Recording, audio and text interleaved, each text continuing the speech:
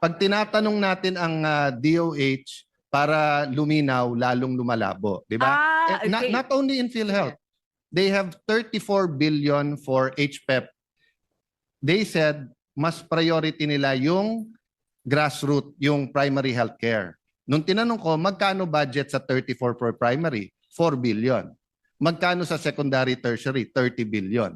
So malabo, di ba? Kasi sabi mo, priority yung Pero hindi primary. naman linalagay ang pondo. Same thing sa PhilHealth. The first point I want to make is simple. If I wasn't going to be a stickler for rules, if I was going to be totally liberal, not ideological here, simple lang ang tanong PhilHealth, magkano kailangan mo? At ang sabi ni Dr. Tony Dance at may grupo silang ever since nagbabantay nito, I think they work closely with Senator Pia. You need 147B this 2026, no? So actually that's the shortcut nung tanong ko kay Senator Win kay Chairman. How much of the 147 billion na kailangan ng PhilHealth? Remember, PhilHealth promised that by February tapos na yung kanilang bagong survey. So hopefully yung no or zero billing matupad. Let me just point out, Mr. Chairman, because not everyone was here noon, no? PhilHealth and the Secretary Herbosa was pointing out Thailand and US. Ito ang kaibahan ng Thailand, US at Pilipinas. Sa Thailand, magbabayad ka ng 100 baht o operahan ka na. Gagamutin ka na. Tapos ang billing is between the government and the hospital. Ganun din sa US, kahit turista ka. Tatanungin ka, meron ka bang travel insurance? Pero kahit hindi ka sumagot, gagamutin ka. Then hahanapin ka, ibibill ka. Sa Pilipinas, only if it's life-threatening can the hospital not admit you. But if it is not life-threatening in their analysis, hindi matutuloy yung yung procedure mo.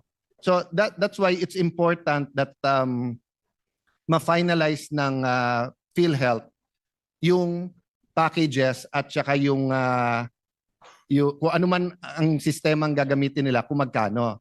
But if it is true that 147B ang kailangan, and I have no reason to doubt, how much are we actually giving PhilHealth for 2026?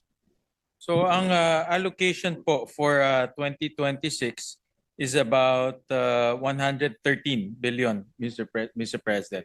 And just to join the conversation, talaga hong based doon sa syntax law, may mga shortfalls yung pagre-remit ho sa PhilHealth. And I talked to Senator Pia, Senator Risa, and Senator Lauren na next year, 2027, let's come up with a payment scheme or payment plan na every year mabayaran na itong shortfall. No? I appreciate that, Mr. Chair. That was my second point, di ba? Kaya lumobo din yung sa military. Kasi nga, hindi nagkaroon ng cut-off So halimbawa, sa 5th year may utang ka. Starting sa 6th year, hindi ka na uutang. I mean, bayaran mo na ng tama. I think the starting point for hopefully next year, pero kung sabihin natin 2027 is, ano ba yung allocation nyo? Hindi pwedeng hindi ibigay in accordance with law or amend the law. Diba? Okay. So, having said that, Mr. Chair, may I manifest na kung 17 billion lang naman yung diferensya na, no? Hindi ko nilalang ang 17 billion, pero alam kong kayang hanapin yon. Kung between 130 and 147 ang kailangan, why don't we symbolically all agree to find that 17 billion, no? Again, not for, there are certain things that I would try to insist that be here today. Especially that smaller, kasi katulad nung sinabi kong sa Mindanao Railway, malaki naman ang tinanggal natin sa DOTR So by merely restoring some of that, tingin ko pwede. But katulad nito, I would still think if you can meet nga with the several advocacy groups Mr. President. and we can find a way, I think it will be a small victory for all of us, no? All of you who fought for this, kung maibigay yung 17B. Tapos to semi-answer the Senate President, actually hindi legislature ang nangyari may nagamit yung administration sa special provision paano ilipat yung pondo. Ni number 4. Oo. And technically the theory was good. The theory was if you have excess funds anywhere and you use it productively, 'di ba? So kung may kumpanya ka, 'di ba, Win and Allen Corporation, no? and may tatlong bulsa, shampoo, health products at saka kotse, at medyo awas siya cash yung kotse, actually kung gagamitin mo yung pera to build that company, babalik din siya. Yun yung intention. Ang problema nga, nangyari yung flood control at nabuko yung PhilHealth na hindi naman pala kayo zero billing o no billing, di ba? But theoretically, if awash in cash yung PhilHealth at walang Pilipino na hindi nakakakuha ng tamang health services, di ba? Then it would be a finance issue, no, between PhilHealth, between a GOCC. It's very emotional because it's health. But for example, kung BCDA yan, may sobrang 60 billion ang BCDA, I don't think any one of us will think twice ng gamitin muna namin yan to build something, no? So pagdating nga sa health, Mr. President, Senator Win, no? Hanggang ngayon, nasa Metro Manila pa rin yung Heart Center, Lung Center, Kidney Center, National Children's Hospital, Fabella. I'm happy that they're building in Clark. But it's amazing na nauna pa yung private sector sa atin, samantalang ang laki-laki na ng budget. So for 2026, are we building in Mindanao, Visayas, or Southern Luzon? Central Luzon meron na, or Northern Luzon, any of these kinds of hospitals? No? Ang strategy po ng DOH is to really bring those specialty specialty services or specialty health services to the countryside. In fact, yun yung campaign promise ni Majority Leader natin. I remember yung 2022 at nangyari na yun. But instead of building a hospital, at least for now, nagtatayo sila what they call specialty centers in different hospitals, Mr. President. Just to clarify, 147 billion aside from the 60 that has to be returned, no? So I'm sorry for that. So Yeah. it's not only 17 billion, it's 77 billion. But going to the hospital issue, but that's my point, Senator Win, Mr. Chairman, no, and Mr. President. For example, no, we saw how PGH was a great hospital pero dilapidated na yung mga doktor pa ang I remember when I first met Senator Soto, tinanong ko nga, ano po nyo yung sa Soto sa Cebu, di ba? And we are blessed to see kung paano napaganda yung sa Cebu na Vicente Soto Hospital, no?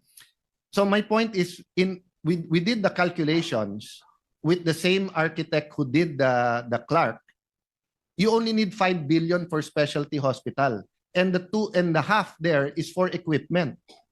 So you don't have to buy the equipment until the next year. So meaning if we want isang specialty hospital sa Northern Mindanao, isa sa Southern Mindanao, that's only 5B. If you want isa sa Western Visayas, isa sa Eastern Visayas, that's another 5B. If you meron na sa Central Luzon, so Southern Luzon, Northern Luzon, so that's 20B for 2026, then 2027 20B para sa equipment, then you will have it. So my point is, we've been discussing amendments insertion, no? If I was governor of whatever province and I had land and I have the doctors, kung sa BICAM ilabi ko yan, boss, lagyan mo ng 2.8 billion dito sa amin, pagawan yung magandang ospital, in 5 years, ipangalan natin yan na Mindanao Health Center. Hindi masama eh. Kasi yun nga ang problema. And that's the point I want to emphasize is now. That's why nga elected yung senators, that's why elected ang members of Congress. We see things that not necessarily technocrats or bureaucrats see. So yes, there are a lot of good people in DOH. But there are also people who see things differently. Di ba? Nag-argue pa sila sa akin na you need a law before you build. Yung binibuild nila ngayon sa Clark, we can pass a law later on to make that Central Luzon Heart Center, Central Luzon Lung Center. But if we don't start building, when will we build all of this? Diba? If meron tayong mga scholarships sa doktor, but if we don't show them that we will have the specialized hospitals, they will move to Singapore, to Malaysia. Hindi na nga ang nakakahiya o nakakasama ng loob, hindi na sa Europe, sa US at Japan lumilipat yung ating ibang health professionals eh. Nandun na sa mga kapitbahay natin na Southeast Asians na dati pumupunta pa sa Pilipinas para magpagamot eh. Di ba? So, but in the meantime, yung iba pong mga very successful doctors from abroad are coming home and investing their own money.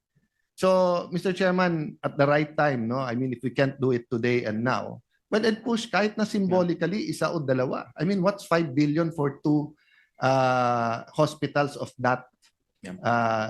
If you ask me, the 34 billion HPEP should be for the almost 15,000 barangays na walang health center. Then may special fund tayo for the hospitals. Bantayan natin yung paggagawa nito. Pero mahirap sirain o korapin yan eh kasi there's only a few architects and few contractors in the Philippines na kaya yung ganong kagandang ospital. Kaya mababantayan ng husto yan. Hindi yan katulad ng flood control or ng dredging na hindi mo mababantayan in the whole country, Mr. President. Just to give His Honor